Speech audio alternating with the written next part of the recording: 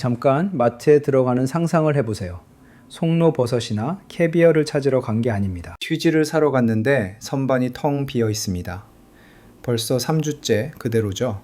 지갑을 확인하려고 주머니에 손을 넣습니다. 하지만 지갑은 없어요. 대신 배낭을 가져왔으니까요. 그 배낭 안에는 시멘트 블록만 한 현금 뭉치가 들어있습니다. 수백만 단위의 돈이죠. 그런데 그 배낭 가득한 돈으로 오늘 뭘 살 수 있는지 아세요? 우유도 안 넣은 커피 딱 한 잔입니다. 자, 시간을 좀 돌려보겠습니다. 지구상에서 확인된 것 중 가장 거대한 석유 매장량 위에 앉아있는 나라에 산다고 상상해보세요. 사우디아라비아보다 많고 러시아보다도 많습니다. 말 그대로 수조 달러짜리 당첨 복권 위에 서 있는 셈이죠. 1970년대에 이곳은 사우디 베네수엘라로 불렸습니다. 남미에서 가장 부유한 나라였죠. 화폐 가치가 얼마나 높았는지 시민들이 마이애미로 여행을 가면 다메도스라는 별명으로 불릴 정도였습니다. 이건 2개 주세요 라는 뜻인데 TV든 차든 아파트든 가리키며 무조건 2개씩 샀기 때문이죠. 그야말로 풍요의 낙원이었습니다. 하지만 오늘날로 빨리 감기를 해보면 경제 규모가 80%나 쪼그라들었습니다. 미국의 대공황보다 더 심각한 통계죠. 인구의 약 25%인 770만 명이 나라를 탈출했습니다. 물가 상승률은 수치가 너무 높아서 계산기에 0을 표시할 공간이 모자랄 지경이 됐죠. 도대체 어쩌다가요? 어떻게 하면 일을 이렇게까지 망칠 수 있을까요? 3천억 배럴의 석유를 가진 나라를 어떻게 사람들이 저녁거리로 떠돌이개를 사냥하는 곳으로 만들 수 있죠? 믿기 힘들겠지만 이건 사고가 아니었습니다. 나쁜 아이디어들의 결정판이었죠. 문명을 해치하는 방법에 대한 단계별 가이드나 다름없었습니다. 그러니 공책 한 권과 만약을 대비해 통조림 한두 개 챙기세요. 오늘은 나라 하나를 파산시키는 5가지 쉬운 단계를 배워볼 테니까요. 경제를 박살내기 전에 배경부터 깔아봅시다. 때는 1998년입니다. 국제 유가가 폭락해서 배럴당 10달러 정도에 머물고 있었죠. 베네수엘라는 민주주의 국가였지만 아주 지쳐 있었습니다. 부패가 만연했고 가난이 넘쳐났죠. 사람들은 수십 년간 대통령 자리를 놓고 의자 뺏기 놀이나 하던 거대 양당 체제에 진절머리가 나 있었습니다. 이때 우고 차베스가 등장합니다. 카리스마 넘치는 전직 공수부대원이었죠. 1992년에 실패한 쿠데타를 이끌었지만 TV 연설에서 자신의 실패를 깨끗이 인정하며 국민들의 마음을 사로잡은 인물입니다. 98년 그는 21세기 사회주의를 공약으로 내걸고 대선에 출마합니다. 그는 석유로 번 돈을 가져다 가난한 이들에게 나눠주겠다고 약속합니다. 기득권층을 손봐주겠다고 했고 국민들은 열광했죠. 그는 선거에서 압승을 거둡니다. 그리고 기적 같은 일이 일어납니다. 운이죠. 아주 순전한 운빨이요. 차베스가 취임하자마자 유가가 오르고 또 오르고 계속 치솟기 시작합니다. 2008년에는 유가가 배럴당 147달러를 찍습니다. 베네수엘라는 10년 동안 약 1조 달러라는 엄청난 오일머니 홍수에 잠기게 됩니다. 라틴 아메리카 역사상 가장 거대한 경제 파티가 열린 겁니다. 하지만 금융쟁이들이 늘 말하듯 복권의 저주는 실존합니다. 그리고 베네수엘라가 그걸 증명하려 하고 있었죠. 1단계, 자기 뽕에 취해라. 바로 자원의 저주입니다. 나라를 파산시키고 싶다면 이 첫 번째 단계가 절대적으로 중요합니다. 단 하나의 수입원에 중독된 다음 그걸 관리할 줄 아는 사람들을 없애버리는 겁니다. 경제학에는 네덜란드 병이라는 개념이 있습니다. 1960년대 네덜란드의 상황에서 따온 이름이죠. 쉽게 말해 거대한 천연가스전을 발견했는데 가스 수출로 돈을 너무 많이 벌다 보니 화폐 가치가 너무 강해진 겁니다. 그래서 치즈나 튤립, 남학신 같은 다른 모든 제품이 너무 비싸져서 아무도 살 수 없게 돼버렸죠. 가스 산업이 너무 잘 나가는 바람에 제조업이 죽어버린 겁니다. 베네수엘라는 네덜란드병 말기 판정을 받았습니다. 그런데 차베스는 그냥 병에 걸린 게 아니었어요. 병을 집으로 초대해서 근사한 저녁을 대접하고 아예 안방까지 내줬습니다. 여기서 첫 번째 치명적인 실수가 나옵니다. 석유처럼 가격 변동이 심한 자원이 있다면 응당 국부 펀드를 만들어야 합니다. 노르웨이가 하는 방식이죠. 유가가 비쌀 때 남는 돈을 저금통에 넣어두는 겁니다. 그러다 유가가 폭락하면 언젠간 반드시 폭락하니까요. 그때 저금통을 열어서 국민들이 굶지 않게 하는 거죠. 차베스는 저금통을 보더니 아니 됐어 라고 했습니다. 대신 다 써버렸죠. 몽땅 다요. 그는 미션이라는 거대한 사회 프로그램을 시작해서 무상의료, 교육, 식료품 보조금을 뿌렸습니다. 공정하게 말하자면 이 기간에 빈곤율은 실제로 크게 떨어졌습니다. 사람들은 더 잘 먹었고 문해율도 올라갔죠. 영상이 여기서 끝난다면 차베스는 영웅이었을 겁니다. 하지만 그는 고정 지출을 변동 수입으로 충당하고 있었습니다. 이건 마치 카지노에서 100만 달러를 땄다고 해서 당장 월세 5만 달러짜리 대저택 계약서에 도장을 찍은 꼴이죠. 지금 당장은 부자지만 매달 평생 복권에 당첨되어야만 유지할 수 있는 생활 방식을 만든 겁니다. 하지만 잠깐만요. 더 바보 같은 짓이 남았습니다. 돈이 계속 들어오게 하려면 석유 회사가 효율적으로 돌아가야겠죠. 베네수엘라의 국영 석유 회사인 페데베사는 석유 업계의 나사로 불렸습니다. 세계 최고 수준의 기술 관료, 지질학자, 엔지니어들이 운영하고 있었죠. 하지만 문제가 있었습니다. 페데베사는 독립적이었습니다. 그들은 차베스를 좋아하지 않았죠. 회사를 마치 개인 현금 인출기처럼 다루기 시작했죠. 긴장이 고조되었습니다. 2002년 베네수엘라 국영 석유공사 경영진은 파업에 돌입했습니다. 그들은 차베스의 정치적 간섭에 항의하며 생산을 중단해버렸습니다. 이건 돌이킬 수 없는 강을 건넌 셈이었죠. 차베스는 국영 방송에 출연했습니다. 그는 호루라기를 집어들었습니다. 네, 진짜 심판용 호루라기였죠. 그리고는 석유공사 최고 임원들의 명단을 읽어내려가기 시작했습니다. 그는 이름을 부르고 호루라기를 불고 소리쳤습니다. 에스투피도, 멍청한 놈, 넌 해고야. 그는 18,000명의 직원을 해고했습니다. 회사에 뼈대만 남기고 속을 다 드러내버린 거죠. 지질학자, 엔지니어, 물류관리자, 땅속에서 그 검은 원유를 어떻게 꺼내는지 실제로 알고 있던 사람들을 다 잘라버렸습니다.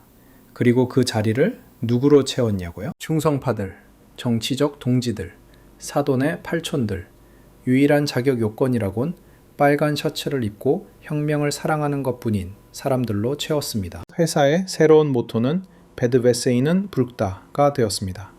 이건 황금 수갑과도 같았죠. 생산량은 뒤처지기 시작했습니다. 안전 기준은 사라졌습니다. 정유 공장들이 폭발하기 시작했죠. 말 그대로 펑펑 터져나갔습니다. 2012년 아모아이 정유 공장 사고로 48명이 사망했습니다. 하지만 유가가 역사상 최고치를 기록하고 있었기 때문에 아무도 차에서 엔진이 빠져나가고 있다는 걸 눈치채지 못했습니다. 그들의 무능함에도 불구하고 돈은 벌리고 있었으니까요. 숫자를 한번 봅시다. 1998년 페드베세인은 4만 명의 직원으로 하루 약 340만 배럴을 생산했습니다. 2000년대 중반이 되자 직원은 15만 명으로 늘어났는데 대부분 하는 일 없는 정치적 낙하산들이었죠. 하지만 생산량은 겨우 200만 배럴로 곤두박질 쳤습니다. 인건비는 3배로 늘었는데 산출량은 반토막이 난 겁니다. 앨런 사태 주범들도 얼굴을 붉힐 만한 기막힌 사업 효율성이 석유 부문의 역량을 파괴함으로써 베네수엘라는 최악의 의미에서 석유 의존 국가가 되었습니다. 그들은 모든 것을 수입했습니다. 식량, 의약품, 자동차 부품, 옷까지요. 오일머니로 수입하는 게 더 싼데 굳이 베네수엘라에서 신발을 만들 이유가 없었으니까요. 국내 산업은 시들해져 버렸습니다. 2012년이 되자 석유는 베네수엘라 수출 수익의 96%를 차지하게 되었습니다. 96%라니요? 상상해 보세요. 여러분에게 직업이 있습니다. 1년에 10만 달러를 벌지만 재정 자문가를 해고하고 정원에 불을 지르고 이웃들을 모욕하고 호화로운 파티에 돈을 몽땅 써버립니다. 기분은 끝내주겠죠? 부자가 된 것 같을 겁니다. 하지만 상사가 들어와서 연봉을 60% 깎아버리면 어떻게 될까요? 왜냐하면 바로 그게 석유 가격에 닥칠 일이거든요. 하지만 붕괴에 대해 이야기하기 전에 정부가 어떻게 실제로 일하고 있는 유일한 사람들에게 전쟁을 선포했는지 이야기해야 합니다. 잠깐만요. 서서히 진행되는 경제적 참사를 지켜보는 게 흥미로우시다면 구독 버튼을 눌러주세요. 알고리즘에 도움이 됩니다. 그리고 베네수엘라 볼리바르 화폐와는 다르게 구독의 가치는 떨어지지 않거든요. 자, 다시 재앙 이야기로 돌아가죠. 2단계 거꾸로 된 로빈후드, 바로 이익과의 전쟁입니다. 여러분은 나라를 석유에 중독시키고 석유를 시추할 줄 아는 사람들을 모조리 해고했습니다. 하지만 여전히 문제가 남았습니다. 사람들이 물가가 비싸진다고 불평하고 있거든요. 술 취한 선원처럼 돈을 펑펑 써대니 인플레이션이 오르기 시작한 겁니다. 여기서 2단계가 시작됩니다. 바로 기초 산소와의 전쟁을 선포하는 거죠. 정상적인 경제라면 우유 가격이 오르는 건 보통 공급이 부족하거나 수요가 많다는 뜻입니다. 하지만 베네수엘라 정부는 가격이 오르는 이유가 사업주들이 가난한 사람들을 싫어하는 사악하고 탐욕스러운 자본가들이기 때문이라고 단정지었습니다. 해결책은 가격 통제였습니다. 간단한 시뮬레이션을 해보죠. 여러분이 낙농업자라고 상상해보세요. 우유 한 팩을 생산하는데 1달러가 듭니다. 소 사료값, 살균 처리, 포장, 운송비까지 포함해서요. 여러분은 이걸 슈퍼마켓에 1달러 10센트에 팝니다. 10센트의 이익이 남죠? 그 이익으로 트랙터도 고치고 아이들 밥도 먹입니다. 그런데 그때 정부가 개입합니다. 공정가격법을 통과시키는 거죠. 그들은 우유는 인권이다. 1달러 10센트는 강도짓이야. 이제부터 우유의 최고 가격은 50센트다 라고 합니다. 자, 이제 선택해야 합니다. A안, 우유를 50센트에 팔고 한 팩당 50센트씩 손해를 보다가 일주일 만에 파산한다. B안, 우유 생산을 중단한다. 베네수엘라의 모든 농부가 어떤 선택을 했을지 맞춰보세요. 순식간에 우유가 사라졌습니다. 그 다음엔 쌀, 밀가루, 그리고 화장지까지요. 물건들이 사라지자 정부가 이런 사람들에게 손해보고 팔라고 강요하면 안 되는 거였나? 라고 했을까요? 천만에요. 그들은 오히려 더 강경하게 나갔습니다. 사업주들이 매점매석을 하고 경제전쟁을 벌인다고 비난했죠. 이것은 경제 역사상 가장 초현실적인 시기 중 하나인 이른바 몰수의 시대로 이어졌습니다. 휴고 차베스가 카라카스의 볼리바르 광장을 걸어가는 유명한 영상이 있습니다. 그는 카메라와 장군들에 둘러싸여 있죠. 그가 모퉁이에 있는 역사적인 건물을 가리킵니다. 저건 무슨 건물이지? 그가 묻습니다. 보석상입니다, 대통령 각하. 수행원이 대답하죠. 차베스는 손을 휘저으며 무시하듯 말합니다. 몰수해, 국유화시켜버려. 그는 다른 건물을 가리킵니다. 그리고 저건 민간은행입니다. 몰수해. 그는 생방송 TV에서 이런 짓을 했습니다. 밈이라는 단어가 생기기도 전에 이미 밈이 되어버렸죠. 하지만 경제에는 사형 선고나 다름없었습니다. 정부는 수천 개의 기업, 제철소, 시멘트 공장, 호텔, 농지, 슈퍼마켓을 압류했습니다. 그리고 베도베사 때와 똑같이 이 복잡한 사업체들을 군 장성들과 정치적 측근들에게 넘겨주었습니다. 운영법을 전혀 모르는 사람들이었죠. 아그로이슬레냐 사례를 한번 볼까요? 여긴 거대 농업 보급 회사였습니다. 농부들에게 종자와 비료 그리고 대출을 제공했죠. 베네수엘라 식량 생산의 척추 같은 곳이었습니다. 2010년 차베스는 이 회사를 강제로 국유화했습니다. 그러고는 이름을 아그로파트리아, 즉 농업조국으로 바꿨죠. 몇 년 지나지 않아 아그로파트리아는 비료 생산을 멈췄습니다. 농구들은 씨앗을 구할 수 없었고요. 트랙터는 부품이 없어서 들판에 방치된 채 녹슬어 갔습니다. 결과는 뻔했죠. 국내 식량 생산은 완전히 붕괴했습니다. 믿기 힘들 정도로 비옥한 땅을 가진 열대국가 베네수엘라가 니카라과에서 커피를, 브라질에서 설탕을 수입하기 시작한 겁니다. 이 광기는 2013년 다카조라 불리는 사건에서 정점을 찍습니다. 차베스는 이미 세상을 떠난 뒤였죠. 그 얘긴 나중에 하고요. 그의 후계자 니콜라스 마두로는 살인적인 인플레이션에 직면해 있었습니다. 그는 다카라는 인기 있는 전자제품 체인점을 눈여겨봤습니다. 마두로는 TV에 나와 이렇게 말했죠. 진열대를 싹 비워버립시다. 아무것도 남기지 마세요. 그는 군대에 명령해 가게가 강제로 PDP TV와 세탁기를 90% 할인된 가격에 팔게 했습니다. 군중들은 가게를 약탈하다시피 했죠. 사람들은 TV를 5대씩 들고 나왔습니다. 마치 블랙 프라이데이 폭동 같았지만 정부가 판을 깔아준 합법적 약탈이었죠. 사람들은 딱 일주일 동안만 행복했습니다. 왜냐고요? 진열대가 텅 비자마자 가게 주인들이 물건을 다시는 채워넣지 않았으니까요. 왜 그러겠어요? 정부한테 강도질을 당한 거나 다름없는데 말이죠. 각하는 끝내 회복하지 못했습니다. 전자제품 시장 자체가 증발해버렸죠. 공평한 세상을 만들겠다던 정부의 시도는 결국 그 누구도 아무것도 가질 수 없게 만들었습니다.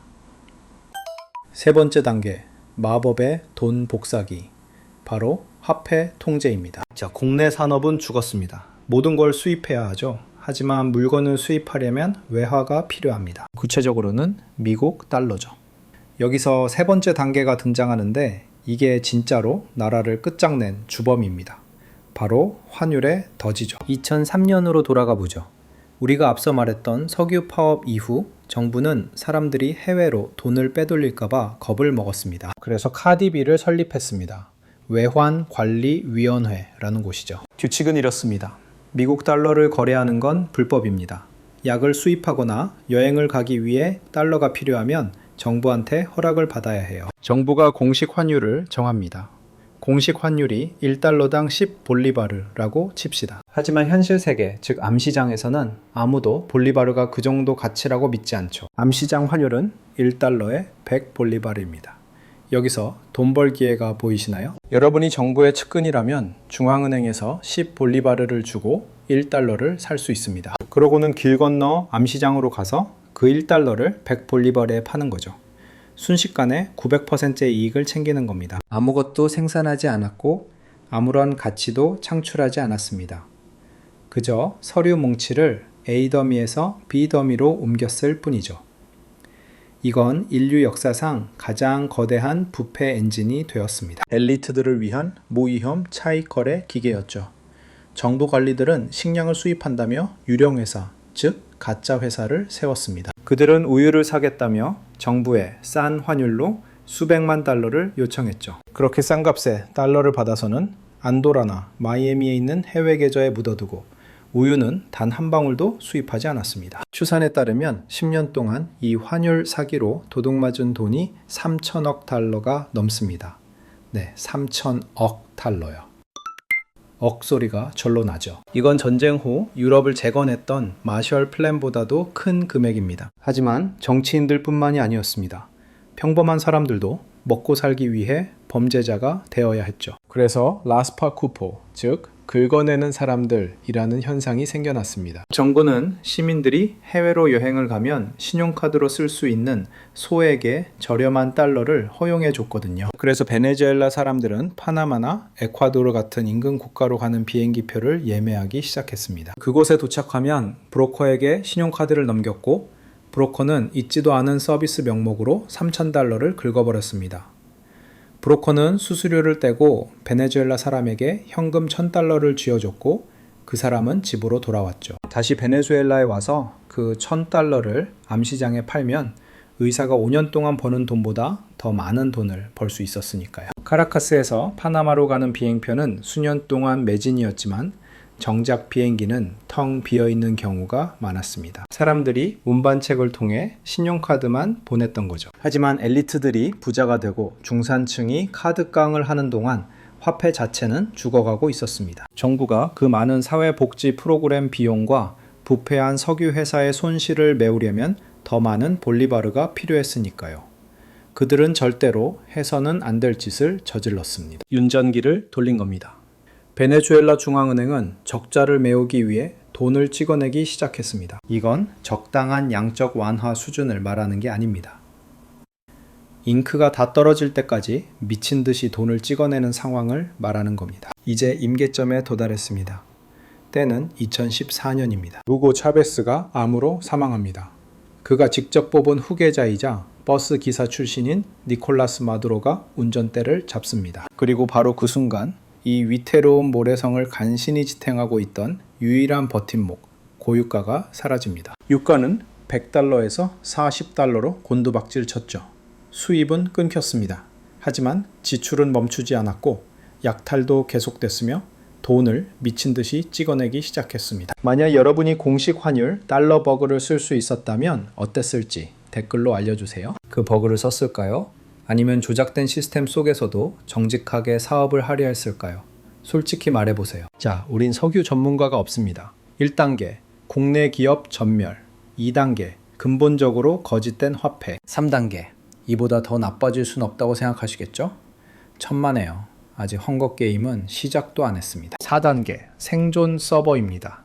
초인플레이션과 사회 붕괴죠. 1단계에서 3단계가 준비 과정이었다면 4단계는 바로 이 농담의 핵심입니다. 하지만 아무도 웃지 않죠. 4단계 현실의 가치를 파괴하라. 2016년 볼리바르화는 대폭락했습니다. 올해 물가 상승률이 10% 정도 되는 수준을 말하는 게 아닙니다. 우리가 말하는 건 초인플레이션입니다. 물가가 매년 2배로 뛰는 게 아니라 몇 주마다 2배가 됐습니다. 2018년 정점에 달했을 때 IMF는 베네수엘라의 물가 상승률이 100만 %를 찍었다고 추산했습니다. 100만 %라고요? 이게 사람 사는 세상에서 실제로 어떤 모습인지 설명해 드릴게요. 햄을 좀 사러 가게에 갔다고 상상해 보세요. 가격을 물어봅니다. 주인이 5만 볼리바르라고 하네요. 줄을 섭니다. 앞에는 6명이 있고요. 15분 뒤 계산대 앞에 섰을 땐 가격이 6만 5천 볼리바르가 돼 있습니다. 상점들은 가격표를 없앴습니다. 가격표를 바꾸는 속도가 물가 상승을 못 따라갔거든요. 대신 돈의 무게를 쟀습니다. 맞습니다. 아무도 돈을 세지 않게 된 거죠. 저울에 지폐 뭉치를 올려놓고 그 무게가 1kg쯤 되면 치즈를 좀 살 수 있었을지도 모릅니다. 이건 21세기 가장 사이버펑크, 디스토피아적인 경제 변화를 불러왔습니다. 바로 비디오 게임 아이템 파밍이죠. 여러분은 베네수엘라의 청년입니다. 컴퓨터가 있고 전기가 들어올 땐 인터넷도 됩니다. 베네수엘라 볼리바르화가 휴지 조각이란 걸 깨닫죠. 하지만 가치가 있는 게 뭔지 아세요? 월드 오브 워크래프트의 골드나 올드스쿨 룬스케이프의 골드입니다. 수천 명의 베네수엘라 사람들이 생업으로 MMO 게임을 하기 시작했습니다. 하루 14시간씩 가상의 용을 잡으며 게임 속 골드를 모으고 그 디지털 골드를 미국이나 유럽 플레이어들에게 페이팔이나 암호화폐를 통해 진짜 달러를 받고 팔았죠. 아제로스에 사는 레벨 65크가 카라카스의 베테랑 심장 외과 의사보다 시급이 더 높았습니다. 정말 기가 막힐 노릇이죠. 가상 경제가 현실 경제보다 더 안정적이었으니까요. 하지만 월드 오브 워크래프트, 골드를 먹고 살 순 없죠. 여기서 마두로 다이어트가 등장합니다. 정부가 농장을 파괴했고 식량을 수입할 수도 없었기에 칼로리 섭취가 사치가 돼버렸습니다. 연구에 따르면 2016년 한 해에만 평균적인 베네수엘라 국민의 체중이 본의 아니게 8kg이나 줄었다고 합니다. 정부의 반응은 어땠을까요? 마두로는 TV에 나와 농담을 던졌습니다. 마두로 다이어트는 정력에 좋습니다. 비아그라가 필요 없죠. 제가 지어낸 말이 아닙니다. 진짜로 그렇게 말했다니까요. 또 토끼 계획이란 것도 시작했습니다. 정부는 사람들에게 새끼 토끼를 주면서 식용으로 기르라고 했죠. 문제는 사람들이 외롭고 우울하다 보니 토끼를 반려동물로 키웠다는 겁니다. 결국 정부는 이런 광고까지 내보내야 했습니다. 토끼는 반려동물이 아닙니다. 고기 2.5kg일 뿐입니다. 그러다 불이 꺼졌습니다. 2019년 3월 나라 전체가 암흑천지가 됐죠. 대정전이 일어난 겁니다. 1단계에서 기술자들을 해고했던 거 기억나시나요? 전력망은 20년 동안 정비되지 않았습니다. 구리댐 근처에서 발생한 산불이 전선을 건드렸고 시스템은 붕괴했습니다. 5일 동안 전기, 인터넷, 수도 펌프가 모두 멈췄습니다. 사람들은 사실상 시궁창이나 다름없는 과일에 강한 물을 마셔야 했습니다. 병원 외과 의사들은 꺼져가는 휴대폰 불빛에 의지해 수술해야 했죠. 투석기가 멈추고 신생아 인큐베이터도 꺼졌습니다. 총소리가 들리는 석기 시대였죠. 2단계가 되면 사회 계약이 깨집니다. 국가는 더 이상 치안, 화폐 혹은 인프라를 제공하지 못합니다. 자연은 진공 상태를 싫어하죠. 그 빈자리를 누가 채웠을까요? 갱단입니다. 특히 트렌데 아라가가 그랬죠. 이들은 교도소 갱단으로 시작했지만 국가가 무너지자 많은 동네에서 정부 노릇을 하기 시작했습니다. 거리를 순찰하고 상점들의 세금을 걷었습니다. 그리고 유일하게 작동하는 시스템인 조직 범죄를 운영했죠. 그리고 이것이 우리를 마지막 단계로 이끕니다. 나라가 사람이 살 수 없는 곳이 되면 남은 유일한 선택은 뭘까요? 5단계 대규모 탈출, 즉 국민 수출입니다. 5단계는 기본적으로 싫으면 떠나라는 식이죠. 보통 정부는 납세자를 붙잡고 싶어 합니다. 하지만 실패한 국가에서 국민은 지밀빌 뿐입니다. 식량도 줘야 하고 약도 줘야 하고 시위까지 하니까요. 그래서 베네수엘라 정부는 사실상 뒷문을 열어줬습니다. 이건 서방구 역사상 가장 큰 난민 위기입니다. 시리아보다 더 심각하죠. 2014년 이후 770만 명의 베네수엘라 사람들이 조국을 떠났습니다. 인구의 약 25%에 달하는 수치죠. 텍사스와 플로리다에 사는 모든 사람이 미국을 떠났다고 상상해 보세요. 그들은 걸어서 갔습니다. 비행기는 너무 비싸서 엄두도 못 냈죠. 안데스 산맥을 넘어 콜롬비아로 걸어갔습니다. 독사가 우글거리는 지구상에서 가장 위험한 정글 중 하나인 다리엔 갭을 걸어서 통과했죠. 카르텔과 함께 미국으로 가려 했죠. 이들은 부자가 아니었습니다. 부자들은 이미 1단계에서 떠났으니까요. 이들은 가난한 사람들, 선생님, 정비공, 그리고 할머니들이었습니다. 그런데 여기서 가장 비극적인 아이러니가 뭔지 아세요? 정부는 오히려 이 상황에서 이득을 봤다는 겁니다. 어떻게요? 두 가지 이유가 있죠. 바로 송금입니다. 떠난 700만 명의 사람들이 고향에 있는 가족들에게 달러를 보내기 시작했거든요. 이건 정부가 직접 찍어낼 필요 없는 진짜 현금이 경제에 주입되는 걸 의미했습니다. 압박이 줄어든 거죠. 사람이 줄어드니 먹여 살릴 입도 줄고 거리에서 시위할 사람도 줄어들었으니까요. 2021년이 되자 베네수엘라는 좀비 경제가 되었습니다. 정부는 결국 볼리바르화를 포기했습니다. 가격 통제도 멈췄죠. 왜냐하면 통제할 물건 자체가 아무것도 남지 않았거든요. 그들은 암묵적으로 미국 달러의 유통을 허용했습니다. 그러자 갑자기 슈퍼마켓이 다시 가득 찼죠. 여러분은 누텔라를 살 수 있게 됐습니다. 오레오도 살 수 있었죠. 하지만 누텔라 한 통에 15달러였는데 공무원의 한 달 최저임금은 고작 3달러였습니다. 이 나라는 두 개의 현실로 쪼개졌습니다. 달러를 손에 쥔 상위 5%의 엘리트들은 보데곤 경제라는 수입사치품의 거품 속에서 살았고 나머지 95%는 쌀과 렌틸콩으로 연명하며 정부 식량 대급에 의존해야 했죠. 클랩박스라고 불리는 이 상자는 종종 유통기한이 지난 저질 음식들로 채워져 있었지만 그들의 목숨을 부지하게 해주는 유일한 수단이었습니다. 그리고 바로 이것이 체크메이트, 즉 외통수입니다. 정부가 주는 음식에 의존하게 되면 정부에 대항해 시위를 할 수가 없게 되니까요. 시위를 하면 박스를 뺏어갑니다. 박스를 뺏기면 굶어야 하죠. 그들은 단순히 경제만 파산시킨 게 아니었습니다. 인간의 영혼까지 파산시켜버린 겁니다. 자, 마지막 정리입니다. 재앙을 불러오는 5단계 레시피를 복습해 볼까요? 첫째, 자기 자원에 취하기. 석유 중독에 빠져 전문가들을 해고했죠. 둘째, 역 로빈 후드. 가격 통제와 몰수로 민간 기업을 파괴하는 겁니다. 셋째, 마법의 돈 복사기. 부패한 통화 시스템을 만들고 파멸을 향해 돈을 찍어내는 거죠. 넷째, 서바이벌 서브. 비디오 게임 속 금화가 실제 돈보다 비싸질 때까지 초인플레이션을 일상화하는 겁니다. 다섯째, 대탈출. 국민들을 내쫓아 통제하기 쉽고 의존적인 사람들만 남기는 겁니다. 베네수엘라를 보며 이렇게 말하기는 쉽습니다. 그냥 미친 독재자가 미친 짓을 한 거네. 하지만 진짜 무서운 점은 이 모든 단계가 처음에는 누군가에게는 그럴듯하게 들렸던 아이디어에서 시작됐다는 겁니다. 석유의 불을 나누자. 음식값을 싸게 하자. 우리 통화를 보호하자. 처럼 말이죠. 하지만 경제학은 당신의 의도 따위에는 관심이 없습니다. 오직 유인, 즉 인센티브에만 반응하죠. 베네수엘라는 세상의 모든 부를 가지고도 말 그대로 석유 위에서 수영을 하면서도 굶어 죽을 수 있다는 걸 증명했습니다. 만약 여러분이 현실의 기본 법칙을 무시한다면 말이죠. 오늘날 베네수엘라는 기묘한 상태에 갇혀 있습니다. 석유 산업은 과거의 영광을 잃고 그림자만 남았죠. 민주주의는 사라졌지만 베네수엘라 사람들은 강인합니다. 다리엔 갭을 걸어서 건너든 카라카스에서 꼬깃꼬깃한 달러 지폐로 작은 장사를 다시 시작하든 그들은 살아남고 있습니다. 그들은 우리에게 교훈이자 경고입니다.